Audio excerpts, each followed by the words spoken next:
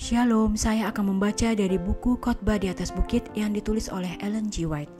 Makna rohani dari hukum Allah dengan pembahasan di Matius 5 ayat 44. Kasihilah musuhmu. Pelajaran juru selamat, janganlah kamu melawan orang yang berbuat jahat kepadamu, adalah suatu ucapan yang keras bagi orang-orang Yahudi yang suka membalas dendam. Dan mereka bersungut-sungut mengenai itu antara mereka.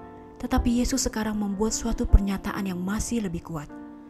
Kamu telah mendengar firman, kasihilah sesamamu manusia dan bencilah musuhmu. Tetapi aku berkata kepadamu, kasihilah musuhmu dan berdoalah bagi mereka yang menganiaya kamu. Karena dengan demikianlah kamu menjadi anak-anak Bapamu yang di surga. Demikianlah suasana hukum yang telah disalah-artikan para rabi sebagai suatu tuntutan undang-undang yang dingin dan keras. Mereka anggap diri mereka lebih baik daripada orang-orang lain dan berhak sebagai kesayangan khusus dari Allah oleh karena kelahiran mereka sebagai bangsa Israel. Tetapi Yesus menunjuk kepada roh kasih yang mengampuni yang akan memberikan bukti bahwa mereka adalah digerakkan oleh suatu motif yang lebih tinggi daripada pemungut cukai dan orang-orang berdosa yang mereka pandang rendah. Dia tunjukkan kepada para pendengarnya pemerintah alam semesta dengan nama yang baru, Bapa kami. Dia ingin supaya mereka memahami betapa lemah lembutnya hati Allah yang merindukan mereka. Dia ajarkan bahwa Allah memelihara setiap jiwa yang sesat, seperti Bapa sayang kepada anak-anaknya. Demikian Tuhan sayang kepada orang-orang yang takut akan Dia. Mazmur 103 ayat 13. Konsepsi yang demikian tidak pernah diberikan oleh suatu agama kecuali oleh Alkitab.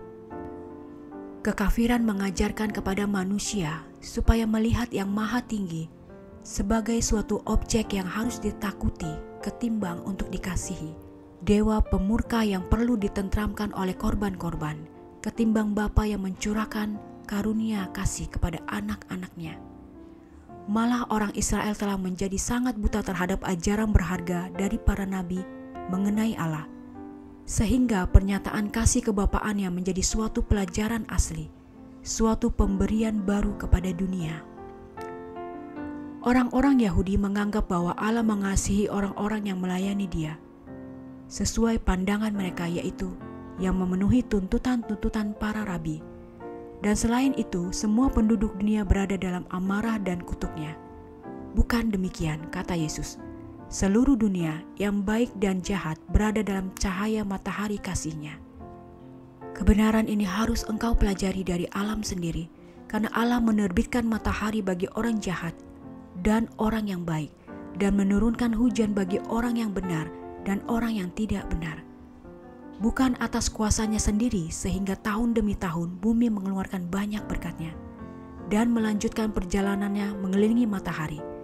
Tapi karena tangan Allah mengendalikan planet-planet dan menjaganya tetap pada posisinya secara teratur dan bergerak menjelajahi cakrawala.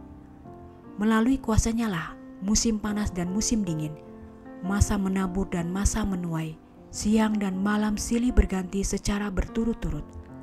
Oleh firman-Nya lah tumbuh-tumbuhan tumbuh dengan subur, sehingga daun-daun kelihatan dan bunga-bunga berkembang.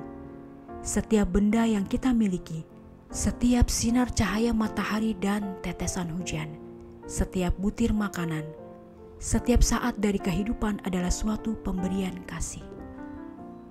Walaupun kita masih belum penuh kasih dan belum baik dalam tabiat, merasa benci, saling membenci, Bapa kita yang di surga berkemurahan hati kepada kita.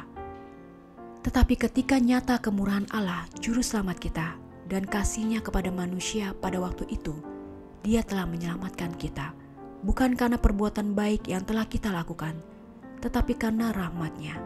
Titus 3 ayat 3-5.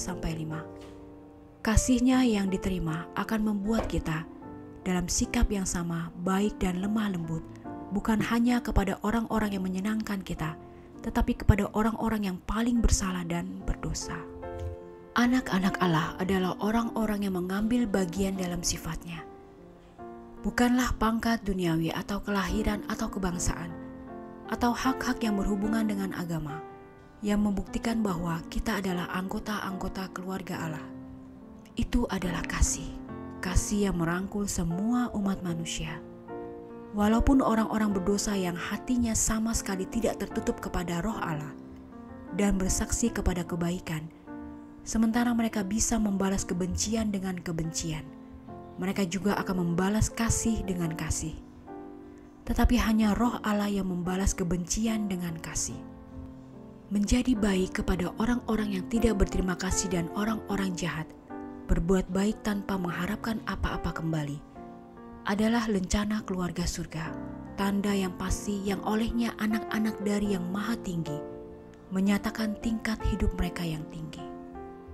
Demikianlah bacaan buku Khotbah di atas bukit dengan pembahasan Matius 5 ayat 44. Kasihilah musuhmu. Tuhan memberkati.